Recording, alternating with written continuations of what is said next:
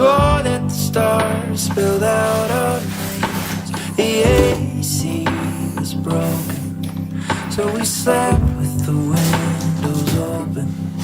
There were church bells, sirens, and fire alarms in three-part harmony. Right after dawn, we walked to the diner. Brought a smoke, but I lost my lighter. Yeah, sometimes you just gotta get away to a place where nobody knows your name. Get lost in the lights, let the rhythm of the night take your hand and lead you astray. Funny how you feel brand new down West 4th and 6th Avenue.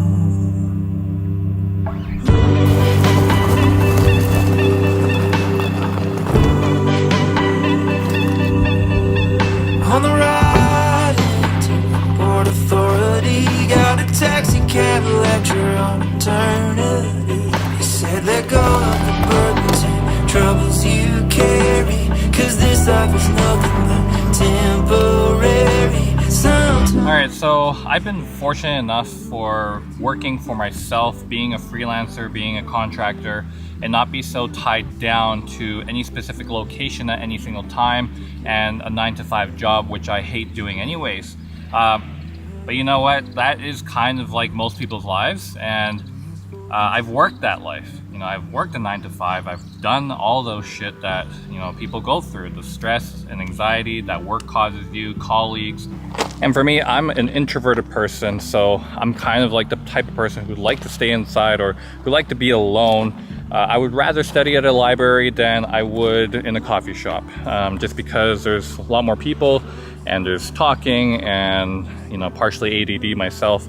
So that kind of stuff really bothers me at times, and that's why I can't really be around others, because I get highly distracted. So having a remote job where I can be in the middle of a dry riverbed like this and to be able to work, I mean, that is my lifestyle. I love it. Now, working remotely with an iPad or a laptop isn't always the ideal way of working for some people, but for me it is, and I love it.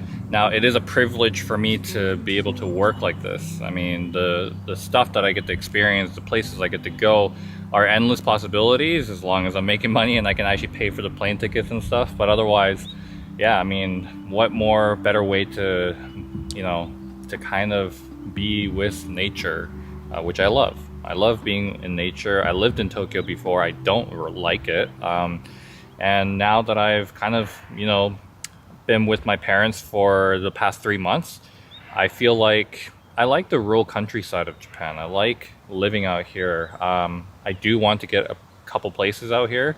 And yeah, there's a lot of cheap housing in the rural areas of Japan. So if you have the opportunity to invest in real estate in Japan, I mean, I would highly recommend you to do it. Okay, but there is a slight issue to working remote, and especially if you're like living out of a van and doing that whole van life thing, is power. And power sometimes you do have with RVs if you converted it right, and sometimes you can work off of the car like I do sometimes. But if you don't have that, and or you just don't want to waste your juice of the battery on your car, then you need something like a battery, a portable battery. Not a small one, but a good enough size where it's not too heavy to carry, but it's not too small to the point where it doesn't have enough power to deliver. And I have just the item for you. So this is the Evimoto NV600. And this one is a power station. It is actually pretty small and it's really easy to carry. It has a little top handle up here that folds out, tucks in, and yeah, it also does have a little light here, so you can turn on this button, hold on to it, a light will pop up right there. Obviously it's not that dark, so you can't really tell too much, but this is a portable station that helps me get through my work, and it lasts quite a long time. All right, so let me tell you a little bit about this portable power station. And yes, this video is sponsored by Evimoto, and I have been, you know, basically given this item to just review it, to see how it works, to, you know, to get the goods and bads. And well, honestly, I don't really have too much of a bad about it because it's been working. I haven't had it for that long, about a month, I would say, a month and a half. And I've been testing it and it hasn't overheated, hasn't crashed on me. It's powered up, it charges. So, I mean, we'll see after a year of use and see how it is. Most of these items, you got to use it for quite a bit. But let me tell you a little bit about the specs so you can kind of see if you want to purchase this. And there's a little fly. It's like, get away. So, anyways, I have the manual here because I'm bad with numbers. Just bear with me, all right? All right, the NV600 here is 600 watts, you know. Go figure. All right, so as you can see, there are some ports right here. Let me go over them real quick for you. So you have two USB type A's. Now one is 18 watts, the other one is 15 watts, and then the USB-C, which is 15 watts as well. And then you have your power delivery 65 watt USB-C, so you can charge your iPad with that, and or any of the later generations of MacBooks or any, you know, non-power consuming laptops.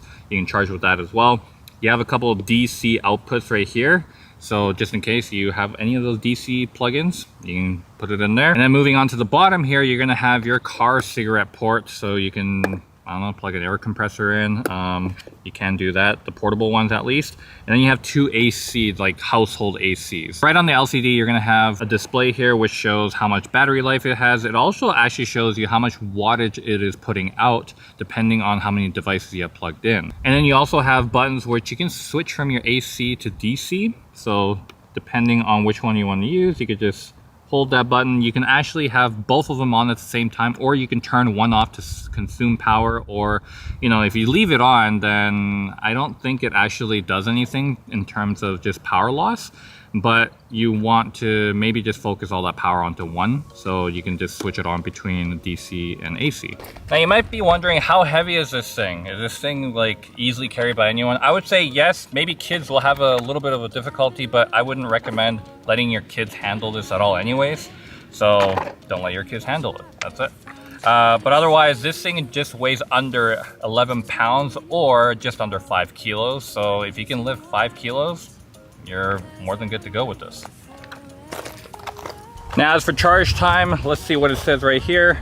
You can charge it with solar. So if you have solar panels, then it'll charge with 5.5 hours on a 100 watt solar panel.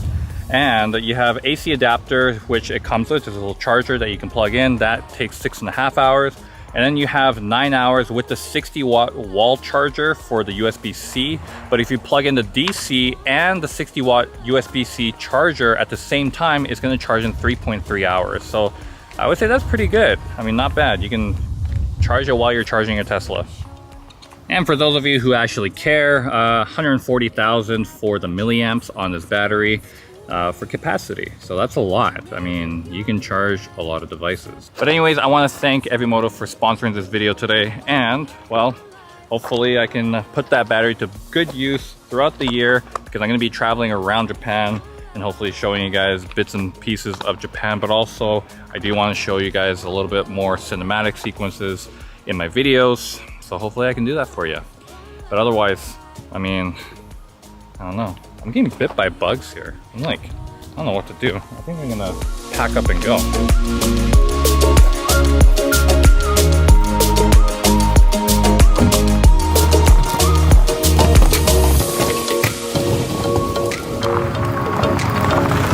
This camera is just so awesome. Okay, anyways, peace, bye.